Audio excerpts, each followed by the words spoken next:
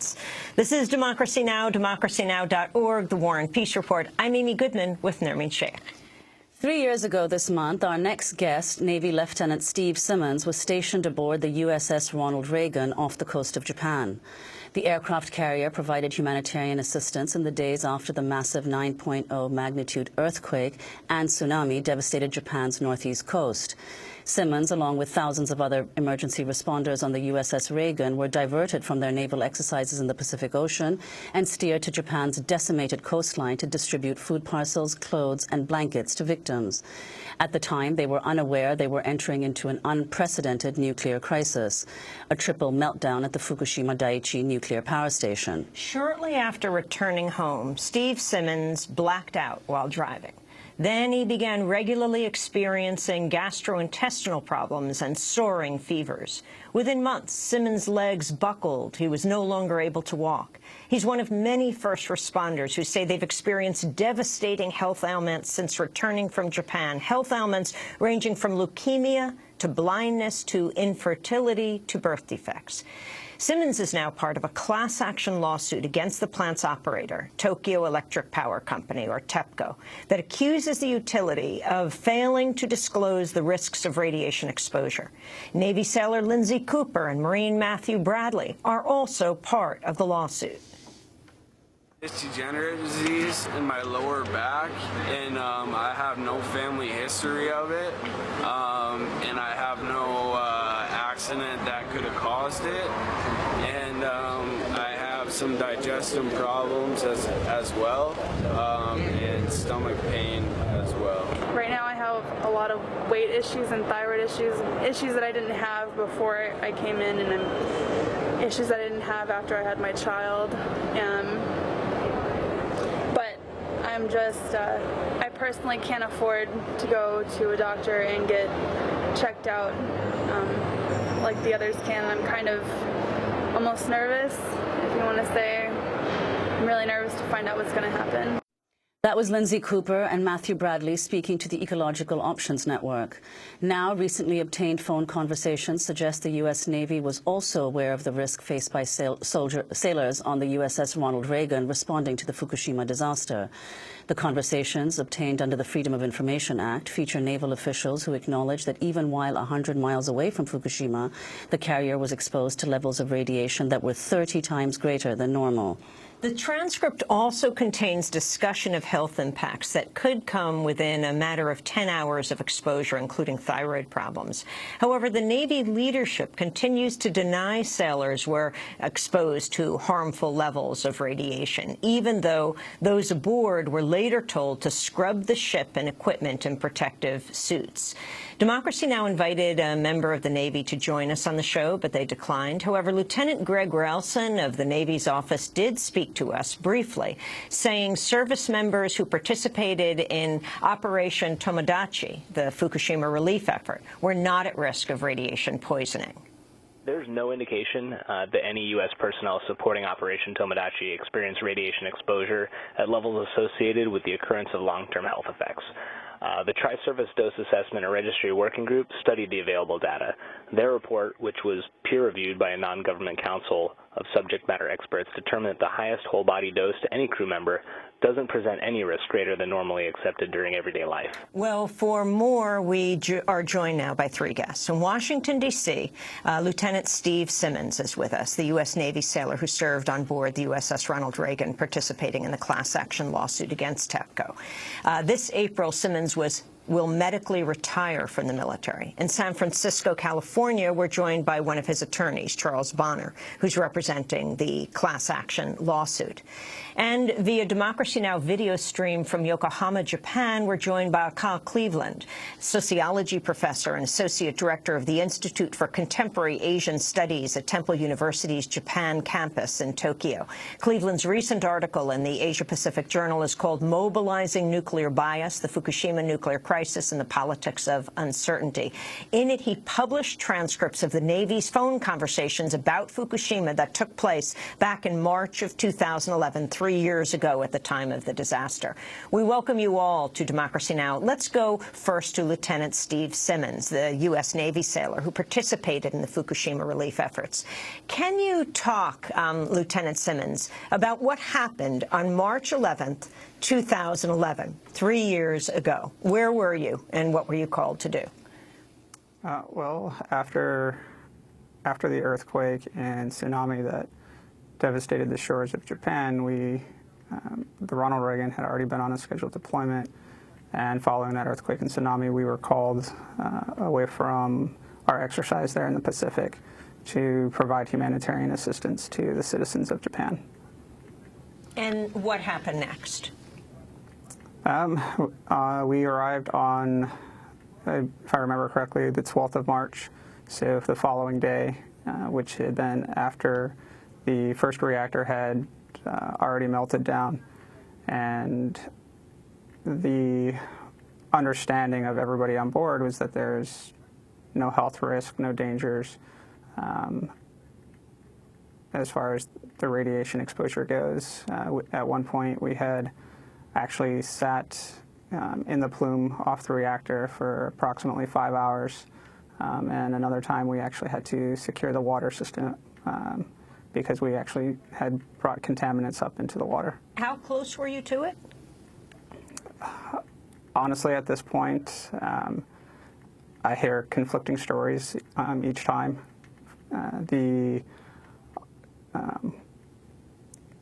I know I've seen photos where you can clearly see the mountains of Japan right there in the background. So if I remember correctly, the human eye can only see about 17 miles on the horizon.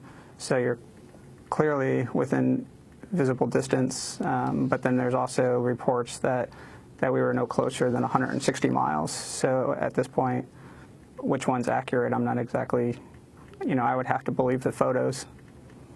And Lieutenant Simmons, at the time you weren't aware that you were being exposed to any radiation. When did you start feeling the impact on your health, and what are some of the things that have happened since? It wasn't until November of 2011. We returned in September. The end of November, I had started noticing something was wrong. The first thing was I was actually driving into work. I was driving down Route 50 heading into Arlington, and I had blacked out and drove my truck up on a curb.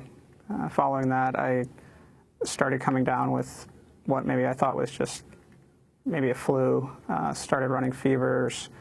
I dropped about 20 to 25 pounds unexpectedly, and then started experiencing night sweats, difficulty sleeping, and had been back and forth to the doctor numerous times for lab work and other studies to try to figure out what's been going on. And from January to March of 2012, I had been hospitalized 3 different times. The first hospitalization, they couldn't figure anything out. The only thing they supposedly came up with was a sinus infection and just kind of blew off the thought that radiation had anything to do with it. In fact, the intern told me that if it was radiation, I should have seen symptoms long before now. 3 days later, after I was discharged, I was back in the hospital because my lymph nodes started swelling and still running constant fevers as high as 102.9. During the second hospitalization is when I was actually just coming out of the restroom and my legs buckled on me. And at that point, from that point on, they hadn't been the same. It was probably about April time frame when I started using a wheelchair for long distances. And then by the summer of 12, I had to start using a wheelchair full time. Every time I would try to stand or do anything, my legs would shake and muscles start twitching, and it just progressed from there. And now the muscle weakness affects my legs, my arms, my hands, and now everything is still progressing, and there's now issues with signals going from the brain to bladder as well. So that's another issue that I'm dealing with now. You're sitting in a wheelchair right now? I am. We also wanted to bring Charles Bonner into the conversation from San Francisco. Charles Bonner, can you talk about the other people who are part of this class action suit? How did you find out about them? What are the ailments they're experiencing? Yes, thank you very much, Amy, for having me on your show. We initially started out with only 8 plaintiffs, 8 people who had contacted us as of December of 2012.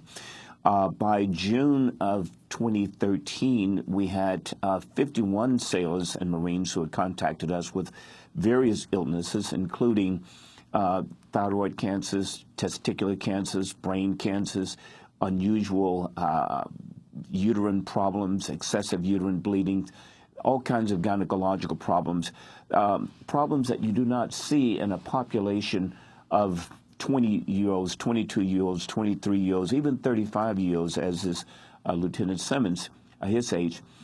So now we have filed a class action for approximately 100 sailors, and every day we're still receiving calls from sailors with these various problems. Just a couple of days ago, I received a call from a father whose son now has lung cancer.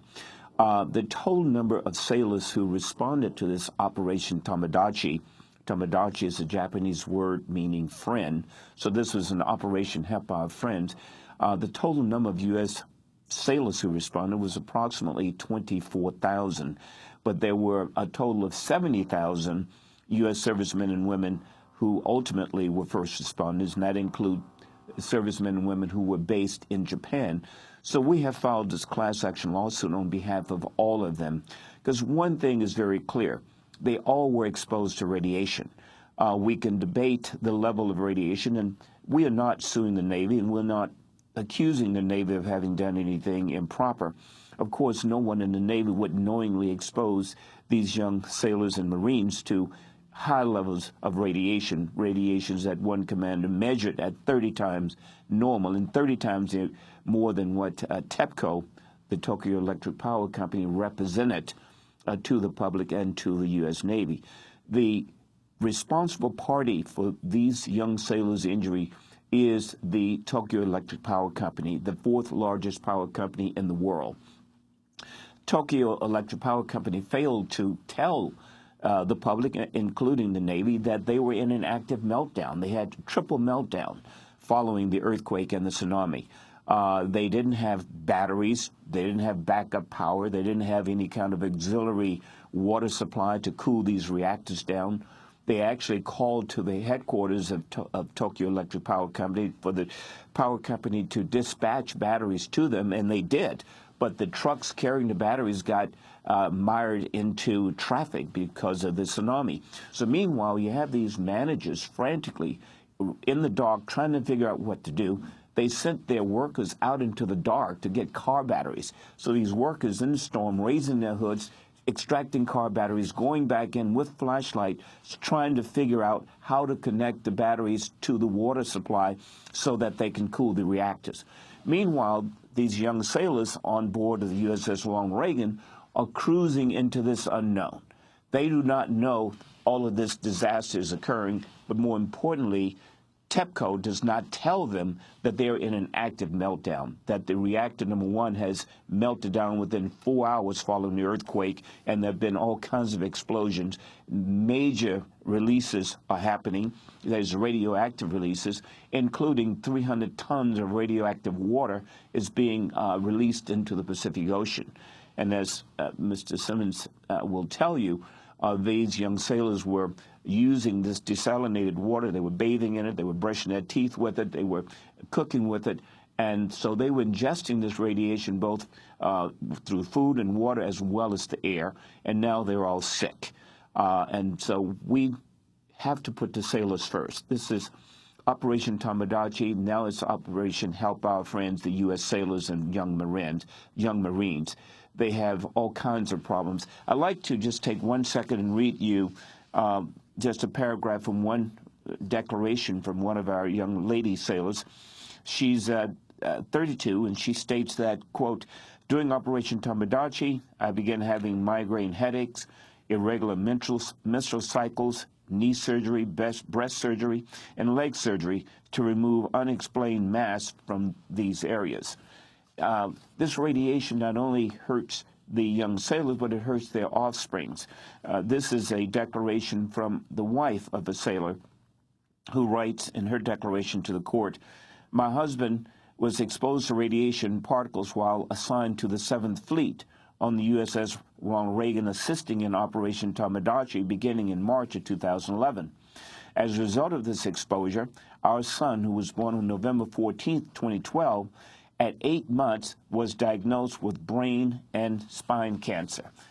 These are just a few examples of what these young sailors are dealing with. And one last report. This is a sailor who's 22, has been diagnosed with leukemia, and is losing his eyesight. And he writes in his declaration to the court, upon my return from Operation Tomodachi, I began losing my eyesight. I lost all vision in my left eye and most vision in my right eye. I am unable to read street signs, and I'm no longer able to drive. Prior to Operation Tomodachi, I had 20/20 eyesight, wore no glasses, and had no corrective eye surgery. Additionally, I know of no family member who have had leukemia. So these are examples of the kinds of illnesses and injuries that these young sailors are experiencing. We're going to break and then come back to this discussion. Charles Bonner, attorney, joining us from San Francisco. Lieutenant Steve Simmons, a U.S. Navy sailor.